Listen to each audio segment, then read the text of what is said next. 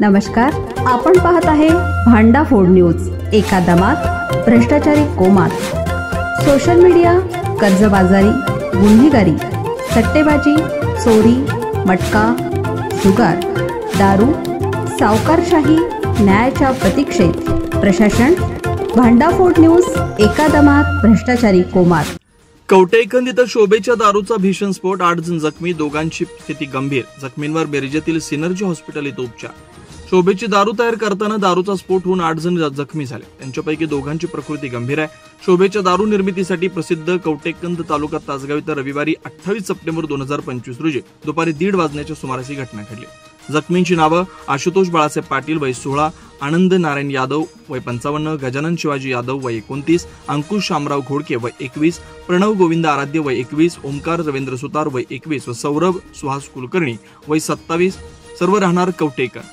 विवेक आनंदराव पाटील वय 38 राहणार तासगाव येथील आशुतोष व आनंद यांची प्रकृती गंभीर आहे। कवटेकंदचे ग्रामदैवत श्री विराड सिद्ध देवाची यात्रा दसऱ्या दिवशी असते। या रात्री गाव प्रदक्षिणा घालण्यासाठी पालखी निघते। पालखीसमोर शोभेच्या दारूची आतषबाजी केली जाते। ही परंपरा गावातील लोकांनी जपली आहे। दसरा 4 दिवसांवर येऊन ठेपल्यानं प्रत्येक गल्लीतील तरुण मुलं शोभेची दारू निर्मिती करण्यात गुंतली आहेत। येथील ब्राह्मण गल्लीतील एका मंडळाकडून एका समाजाच्या सांस्कृतिक सभागृहात दारू निर्मिती सुरू होती। अत्यंत स्फोटक व ज्वलनशील असलेली दारू लाकडी दांडक्यात भरत असताना स्फोट झाला। स्फोट होताच छतावर असणारे पत्रे उडाले। स्फोटाच्या आवाजानं परिसर हादरला। घटनास्थळी नागरिकांनी मोठी गर्दी केली। जखमींना सांगली व मिरज येथील खासगी रुग्णालयात दाखल केलं। स्फोट नेमका कुणामुळे व कोणत्या कारणाने झाला याची माहिती लगेचच समजू शकले नाही, कारण जखमींवर उपचार सुरू आहेत। अनुभवी लोकांच्या मते दारू लाकडी दांडक्यात भरत असताना स्फोट झाला असण्याची शक्यता मोठी आहे। पोलीस उपनिरीक्षक राजू अण्णाछत्री यांनी पथकासह घटनास्थळी धाव घेऊन घटनेचा पंचनामा केला।